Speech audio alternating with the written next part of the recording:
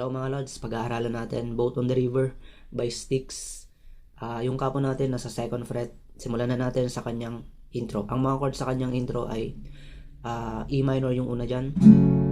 Tapos next, A minor. Tapos babalik ka sa E minor. Then F sharp.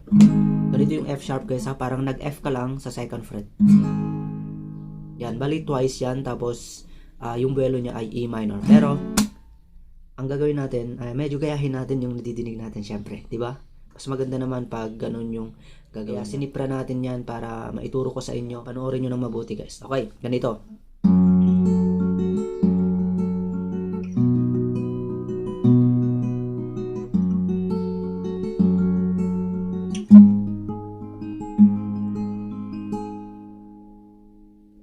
Okay, yung E minor natin guys ay mag-position lang kayo ng parang D minor position. Diba ganito yung D minor position? Dito lang siya sa 3rd fret. Ganito yung E minor natin. Dito lang naman sa intro guys. Tapos ganito yung paraan ng pag-pluck niya. 6, 3, 2, 1, 3, 2, 1, then 6, 3, 2, 1, 3, 2, 1. Ganun lang. Ganito. Ganun lang siya. 6, 3, 2, 1, 3, 2, 1, 6, 3, 2, 1, 3, 2, 1. Tapos lilipat ka sa A minor. Yung A minor naman natin, ganito yung pipindutin. Dito sa 5th fret, 1st at 2nd string. Yan, ipitin nyo. 5th fret guys ha. Tapos yung 3rd string, nasa 6th fret. Parang D minor 7 position siya. Pero sa 5th fret lang siya. Tapos yung pag-pluck niyan ay ang bass note lang naman yan ay yung 5th string. 5, 5, 3, 2, 1, 3, 2, 1, 5, 3, 2, 1, 3, 2, 1. Ganun lang. Same lang sa E minor. Pero yung bass lang yung naiba. Tapos babalik ka sa E minor, di ba? Ulitin nyo ulit yun. Then next chord ay yung F sharp. Pwede kang mag-F sharp ng ganito. Pero ang ginawa ko ay hindi ko na lang sinamayan. Ganyan na lang. Ang pag-pluck sa part ng F sharp ay same dun sa E minor. 6, 3, 2, 1, 3, 2, 1, 6, 3, 2,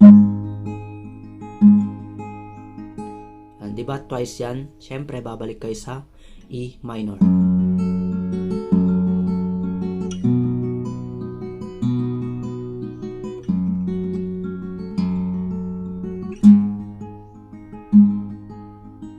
Tapos yung E minor na dito guys sa dulo, 'di ba? Yung buwelo niya na sinasabi ko kanina, mag-normal E minor na lang kayo. Tapos medyo ini-strum na natin siya. Sinasamahan na natin siya ng kalabit. Ganito ang paraan niyan. Bass 6.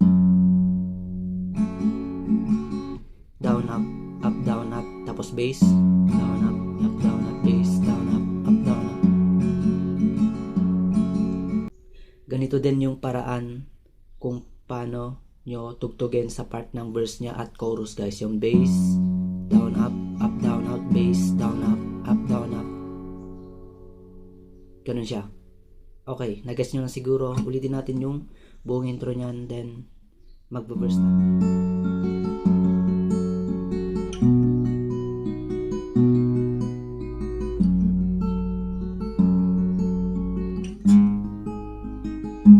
Okay, isa pa.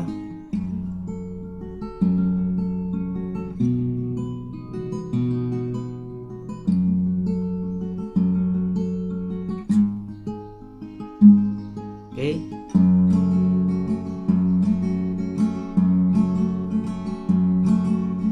Then verse.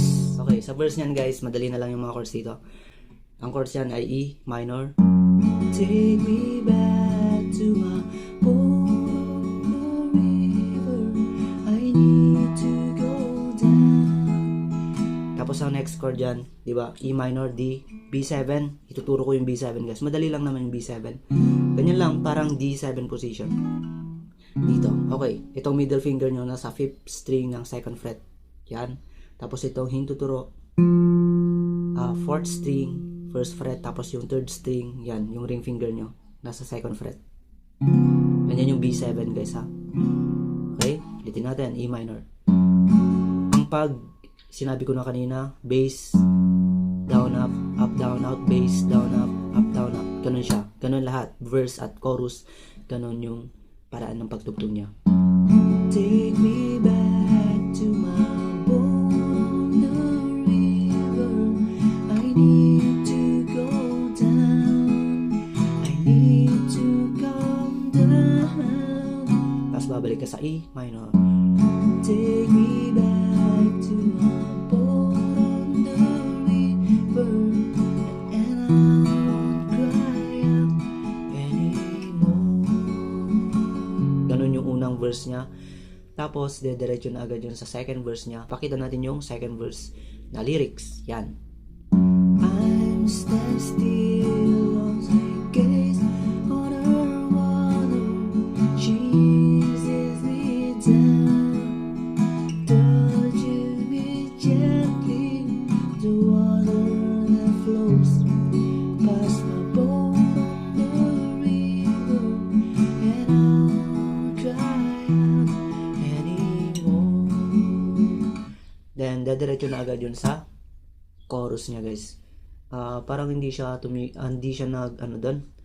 Dire-diretso na kasi doon sa chorus niya.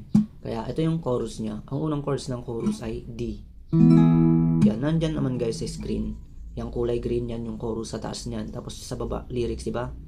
Kaya, madali na lang. The river is wide. The river, it touches my life like the waves on the sand. A yan, A. Tapos A minor. Road leads to tranquility base.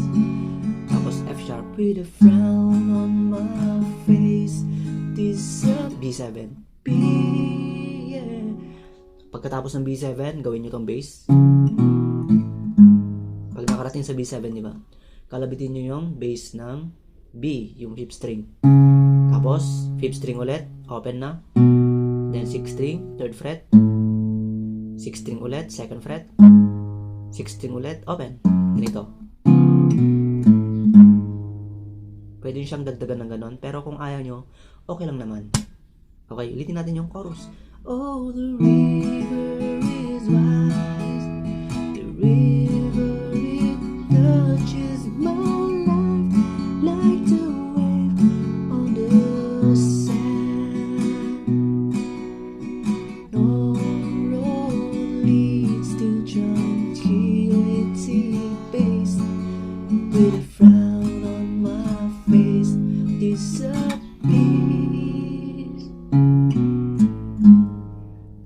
Then, susundan natin ng line na ganito. Yan. Take me down to my boat on the river, so I won't cry out anymore. Parang karugtong lang yun ng first chorus niya, pero parang kasama dun sa ano, di ba, verse, pero dinugtong, ganun talaga may karugtong na ganung line sa pagkatapos ng chorus 1. Then, pagkatapos nun ay mag-i-instrumental siya. Ang chords ng instrumental niya ay parang nag-verse lang kayo. Kasi nag-aano na siya dun sinasabay nyo ng guitar solo, pero kung ayaw nyo naman nun ay pwedeng parang tumutugtog lang kayo sa part ng verse. Then pagkatapos nun, chorus, to na. Same chords pa rin. Yan na, yung lyrics. Oh, the river is deep. The river, it touches my life like the waves on the sand. No road leads to tranquility base.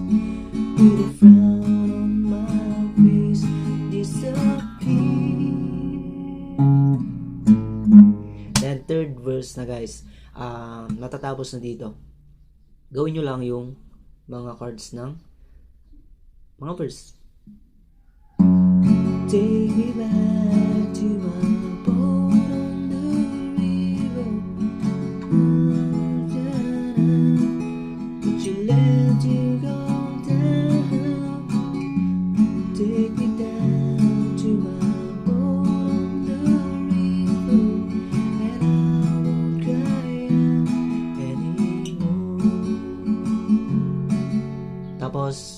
ulitin natin yung words na and I won't cry out anymore.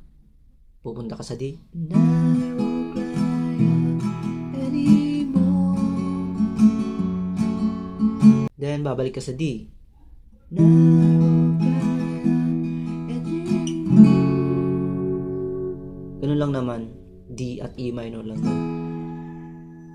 Okay, ganun lang yung Boat on the River, guys. Sana nakuha nyo siya. Ulit-ulitin nyo, guys, ha, kung hindi nyo nakuha. Yun lamang po. Maraming salamat. Bye.